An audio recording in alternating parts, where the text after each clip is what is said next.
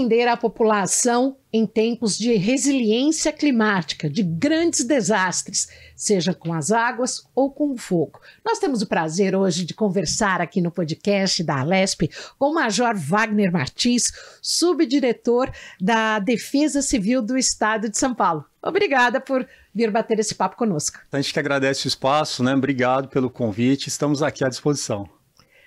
Como funciona esse curso de resiliência climática que é ministrado pela Defesa Civil em várias épocas do ano? Inclusive, vocês já estão com toda uma expertise virando case nacional.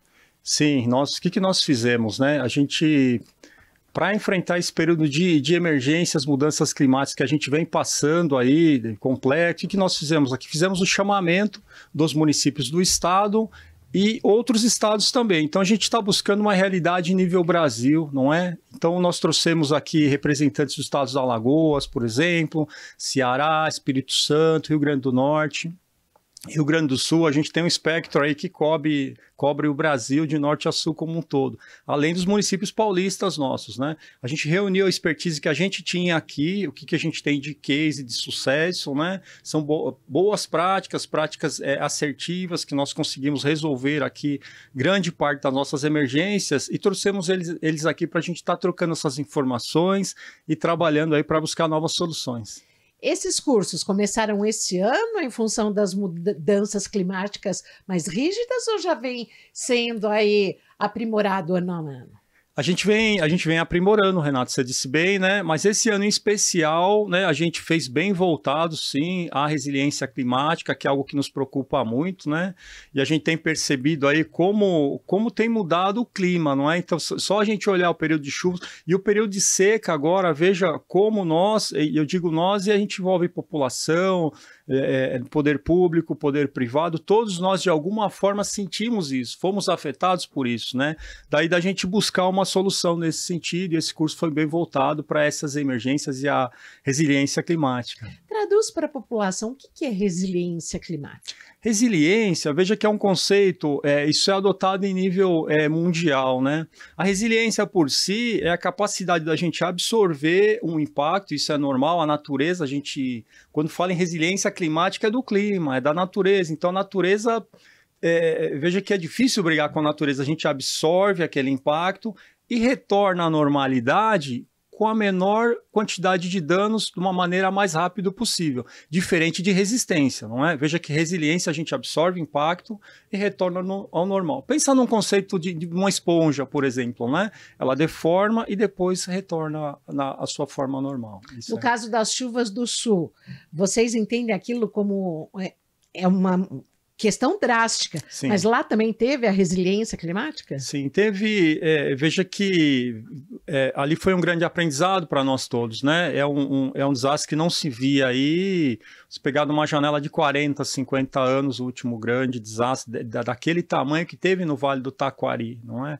Então, é muito difícil a gente falar que um município, que o estado, que a população consiga se preparar para um desastre daquele tamanho, daquela monta, né? Mas, em parte, sim, eu vejo que eles estavam... existia uma estrutura para o enfrentamento do desastre, existia uma estrutura para auxílio à população, existia uma estrutura para responder os desastres ali, mas ele veio de uma maneira que não era esperada, né? Acabou surpreendendo todos nós, então foi muito difícil. O Rio Grande do Sul ainda está numa fase de recuperação, né? De reconstrução. Saiu dos jornais, mas permanece. Permanece, continua assim, né? E é um povo muito bravo, povo lutador. Dia 20 de outubro agora foi o dia do gaúcho, né? E nós fizemos grandes amigos por lá e foi um grande aprendizado para nós, né? E são grandes brasileiros, né? Isso aí eu acho que é o principal da gente ressaltar nesse sentido. Somos todos irmãos nesse sentido e a gente precisa entender que o Brasil é um só, né? Numa realidade aí intercontinental. Mas voltando ao curso, onde a Defesa Civil do Estado de São Paulo capacita outros estados nessa questão de resiliência climática e combate a incêndios. Quais são as matérias ministradas? O que você aprende? Se é só teoria, se prática? Quais as matérias que vocês passam nesses 15 dias de aulas? Aí a gente tem um espectro grande, né? Então a gente tem que passar um bom embasamento de legislação. Legislação é importante saber, entender que defesa civil é um sistema, como nós falamos, funciona dentro do município, no estado, funciona na União, né? Se precisar, até com aporte internacional. Então a gente passa um pouquinho sobre alertas de risco, né? Previsão meteorológica, centros de gerenciamento de emergência, o que fazer durante um alerta, aquela parte de logística humanitária, isso aí é muito bacana, né? Veja que o brasileiro por si só, a gente tem um espírito voluntário, é muito diferenciado, né? Todos são voluntários. Eu acredito que todos foram voluntários no Rio Grande do Sul. Quem não esteve lá, pelo menos ajudou doando, ajudou separando uma roupa. E eu não conheço uma pessoa que eu pergunto e eu vou passando, você ajudou, eu ajudei. De alguma maneira, alguém ajudou. E eles sentiram isso. A gente traz esse recado do povo gaúcho. Só que veja que a logística por si só, às vezes a gente precisa entender um pouquinho e ver como é que a gente leva a solução, né? Ao invés de levar um problema. Então, por que um problema? Explica para a gente, para quem está nos ouvindo e assistindo. Então, e aí agora a gente aprende junto. Veja que, né, nessa parte de logística, então a pessoa quando sai de um desastre, né, vai precisar de higiene, precisa de comida, medicamento, precisa de um local para dormir. Então vamos pensar assim, numa pessoa que precisa de roupa, não é?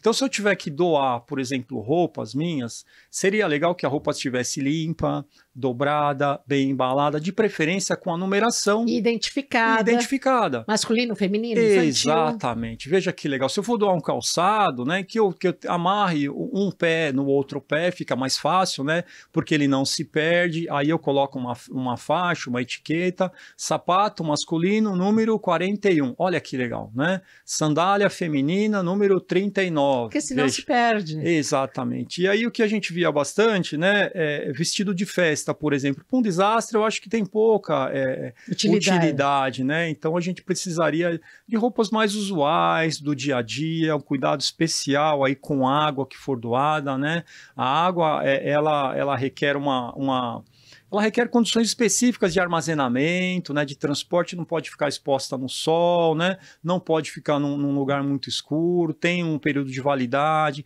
a alimentação que for doada, né, a gente tem que observar, esse período de validade é bacana, procurar separar ali a roupa íntima, né, ou objetos de higiene, de alimento principalmente, né, então é comum a gente ver doações, por exemplo, vou doar material de higiene, de limpeza, a pessoa doa metade de um detergente. Puxa vida, então é melhor ele gastar metade e doar um outro, né?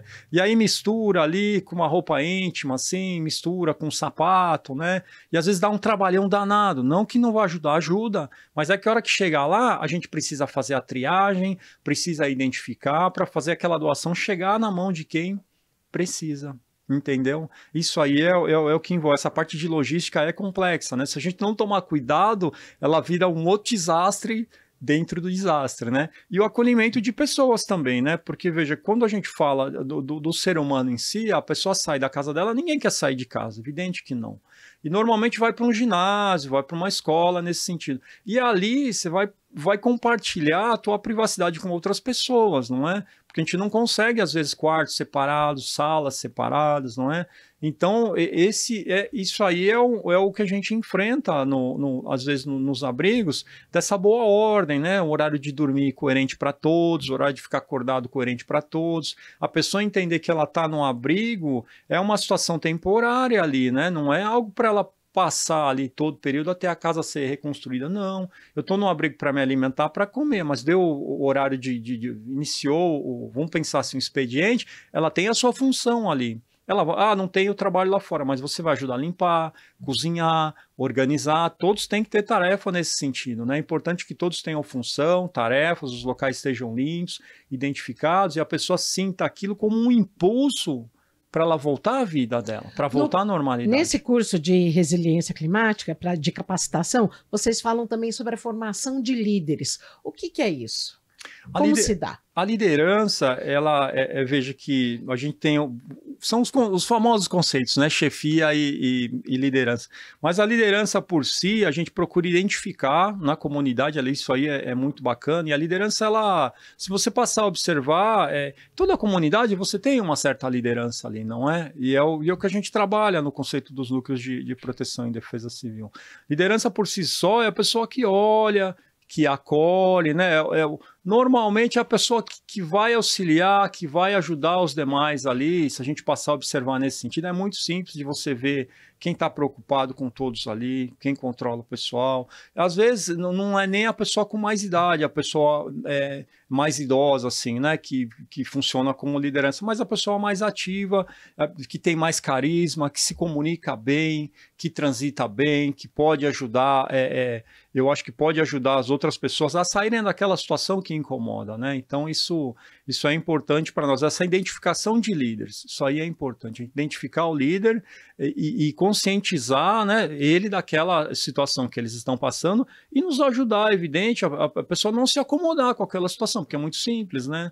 O ser humano, ele se acostuma com tudo, né? E de repente você se acostuma a morar num ginásio, porque você tem comida lá, não precisa cozinhar, você tem um local para dormir, e durante o dia você acorda tarde, fica guardando lá. Não, isso não dá certo. A pessoa deve buscar recompor a vida dela como era antes, né? Então é um momento de dificuldade que você caiu, alguém te estendeu a mão e você precisa levantar e continuar andando, né? E, se possível, ajudar outras pessoas a levantar também. E aí cabe a Defesa Civil, no caso, em cada um das suas regiões, identificar os líderes no momento de um desastre. Exatamente. De preferência, antes do desastre. Você sabe por quê? Porque no momento do desastre, ali, funciona bem aquela fase de resposta, né? E o desastre, se a gente pensar bem, a gente procura dividir ele. A gente fala eixos, fases de enfrentamento, né? Mas é o que vem antes do desastre, pensa comigo, ó, que legal. E o que vem depois?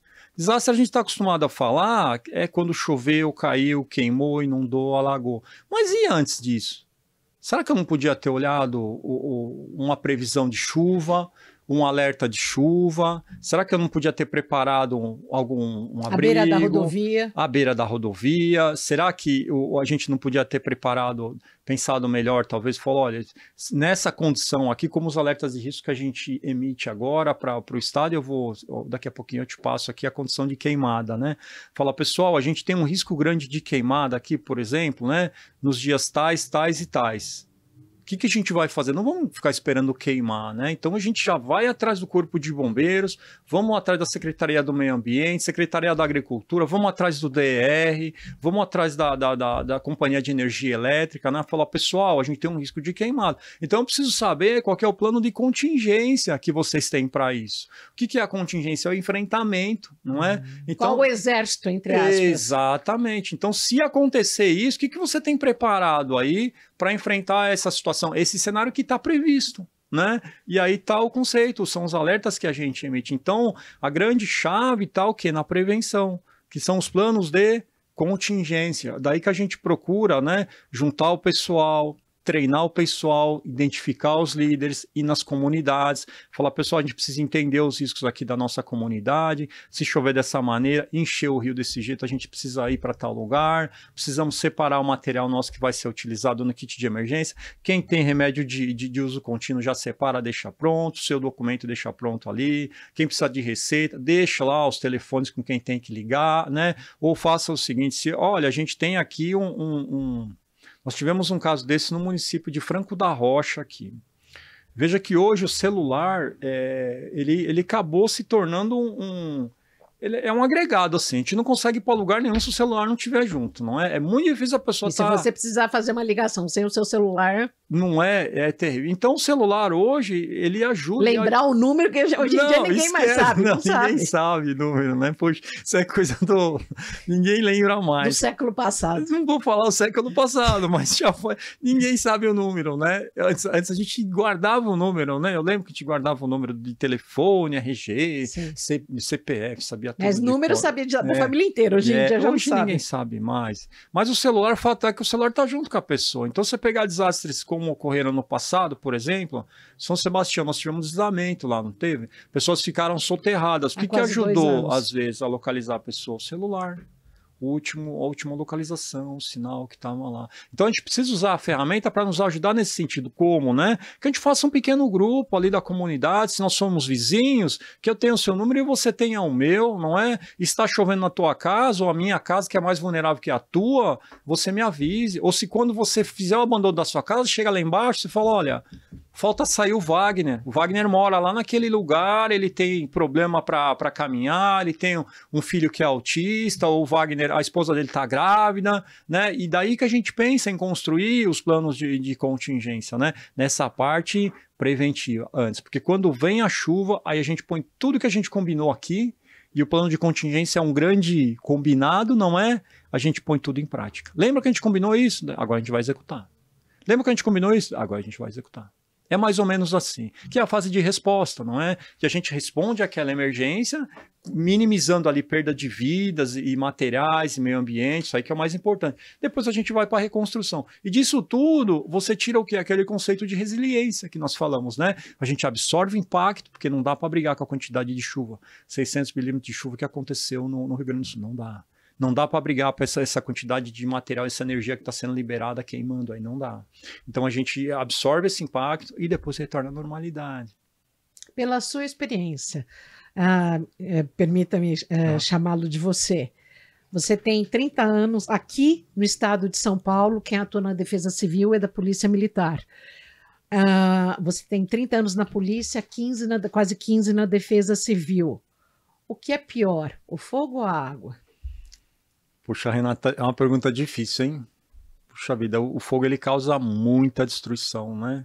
Como a gente está tendo as queimadas agora, nesse ano de 2024. Exatamente. E o fogo, as queimadas, né? A gente costuma falar que é um problema de saúde pública, viu? Porque ele remete tudo isso, e hoje não tem município, não tem quem não tenha sentido a diferença na qualidade do ar. Sim. A gente tem notado isso. Então, todos os lugares que a gente vai, a gente vê, né? E fala, não queimou aqui, mas o ar, né? A qualidade do ar piora muito. Agora, a água, como é que fala? São forças da natureza, né? E acho pela que cada experiência que você teve no Rio Grande do Sul. No Rio Grande do Vale Sul. do Taquari. Isso, no Vale do Taquari. Eu tive uma outra experiência também. Nós tivemos foi em 2023, no início de 2023, a gente foi enviado para a Turquia. Teve um grande terremoto lá, não sei se você lembra, foi mais de 250 mil mortos, né? E nós fomos trabalhar lá, ali na região de Hatay, né? E foi o tremor de terra, força da natureza também. Então veja que quando a gente fala de força da natureza, como é que fala? A gente não tem estrutura resistente o suficiente. Então a gente trabalha com o conceito de resiliência, né? Absorver o impacto, preservar vidas ali. Mas pensando aqui no Rio Grande do Sul, como você tinha me dito antes, sim, a questão da força da água. É impressionante. Olha, é impressionante. Eu nunca tinha visto aquilo assim, a força da água destruía bairros inteiros, assim, sabe? Ela redesenhava, então normalmente... Devassa tudo. Então, se você pegar o curso d'água, naturalmente ele é sinuoso, né? Ele vai fazendo um S, assim, por quê? Por conta da irrigação. Isso aí é da natureza, para deixar a terra mais fértil, né? E quando a água vem nessa quantidade, aquilo virou uma reta, o retilíneo, como se fosse o Rio Pinheiros, né?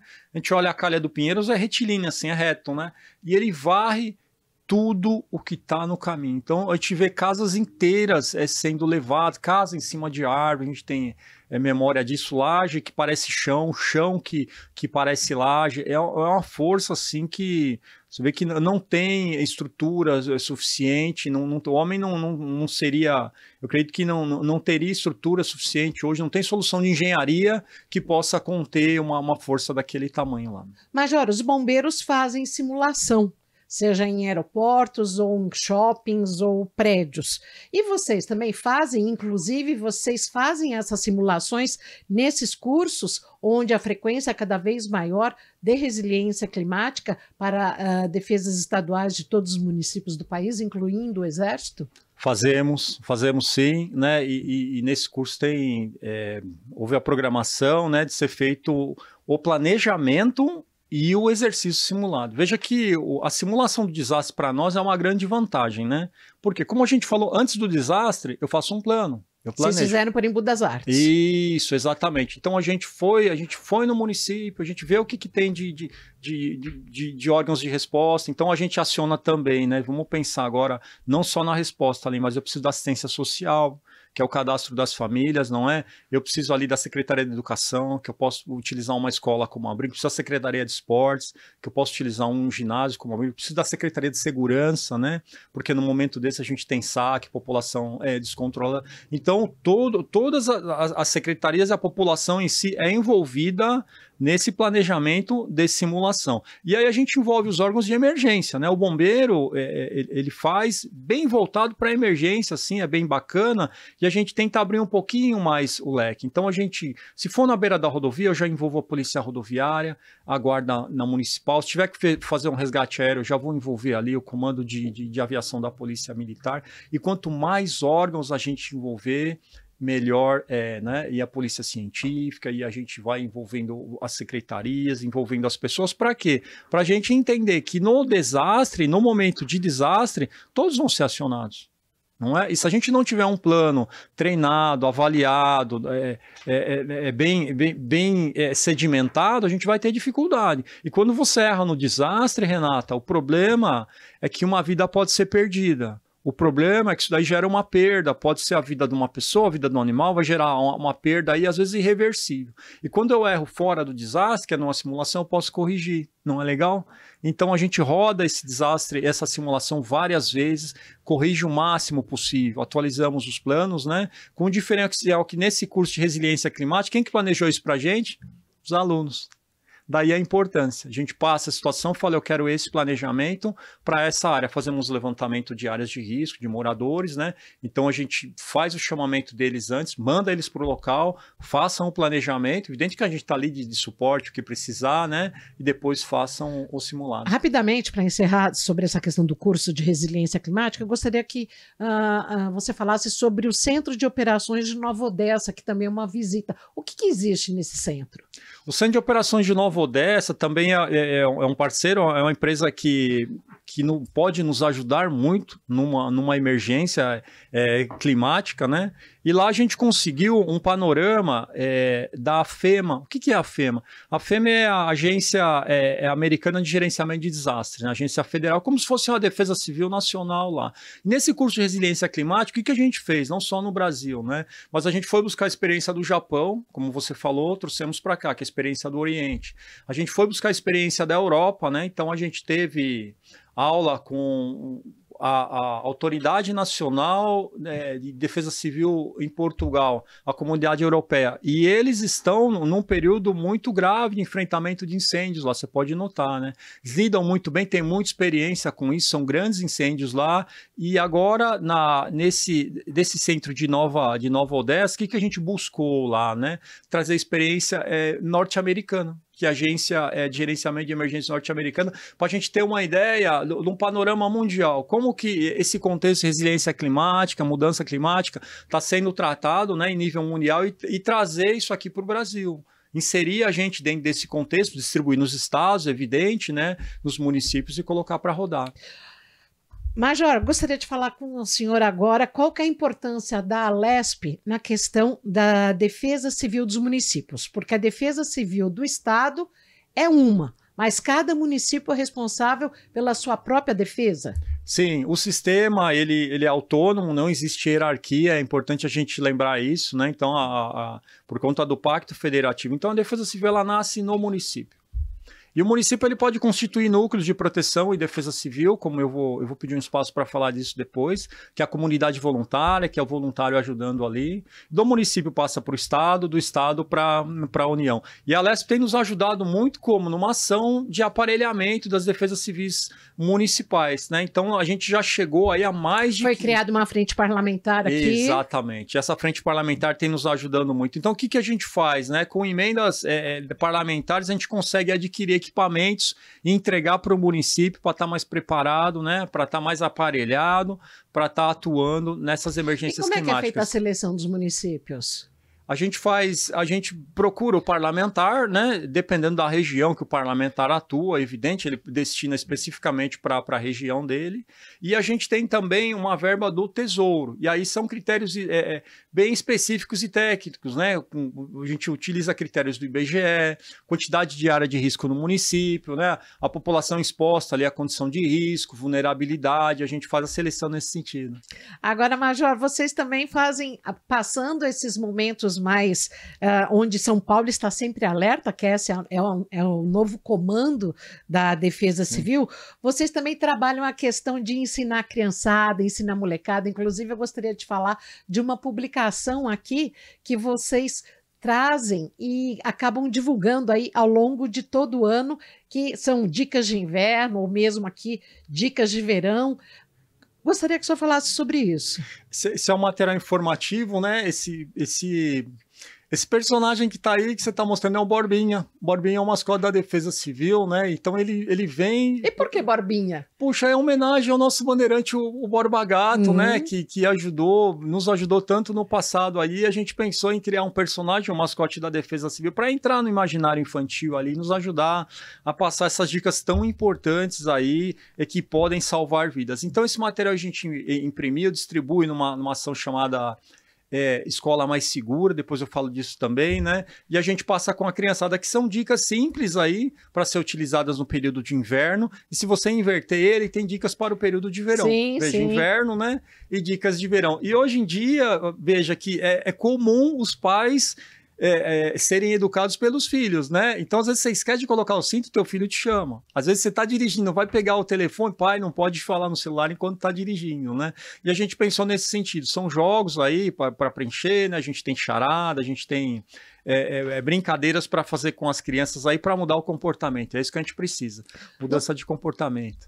Manual de alta proteção. O que vocês tentam passar por isso? Isso também está à disposição na internet. Isso, na internet isso aí é um material mais voltado para o público adulto, né? Que são dicas ali, são orientações para a gente estar olhando ali e estar lembrando sempre, né? O que fazer antes, durante e depois dos desastres, né? Então, veja que para proteção de raios, o vendaval, um plano familiar de emergência, o que fazer ali durante um incêndio, por exemplo, você vem dirigindo na rodovia, né? Se deparou com um incêndio, o que você tem que fazer? Tem as orientações aí, os alertas de emergência da Defesa Civil, né? E a gente aproveita para... Que chegam por SMS, né? SMS, e muito em breve vão estar chegando pelo Cell Broadcast, né? Que é a ferramenta que está sendo trazida aqui. Então, alertas críticos... O que é Cell Broadcast? Cell Broadcast é uma ferramenta de emissão de alertas em massa. Então, independente de eu estar cadastrado lá no SMS ou não, SMS hoje eu preciso cadastrar meu celular para receber, não é?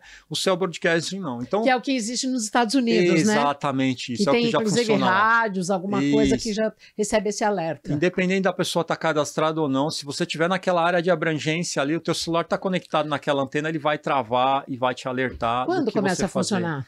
E nós fizemos um teste já em São Sebastião, lá já está funcionando, foi... coisa de 2 meses, assim, e eu vejo que até o final do ano, para esse período agora da operação que nós vamos ter de chuva, São Paulo sempre alerta, já vai estar funcionando em todo o estado de São Paulo. Em todo o estado de São Paulo? Sim. Então nós estamos na primavera, quando começar o verão, esse Cell Broadcast já estará em operação. Já estará em operação e em funcionamento, e a gente acredita que é uma ferramenta que vai nos ajudar a salvar muitas vidas. E tem algum nome traduzido para o português mais fácil, para até aproximar isso da população, nas entrevistas? Se chama Defesa Civil Alerta, né? É um sistema de emissão de alertas em massa, né? Mas é o Defesa Civil Alerta lá. Agora, folheando esse manual de alta proteção, vamos às questões básicas. Estamos nos aproximando aí das chuvas. Tô circulando de carro, caiu uma árvore. O que eu faço? Então veja que numa chuva até não é bom circular de carro, né? Mas não é escolha, a gente precisa. E se você não foi atingido ali, não tem problema nenhum, procura um local seguro, né? E aciona ali a gente pede sempre acionar um serviço de emergência, isso aí é importante, né?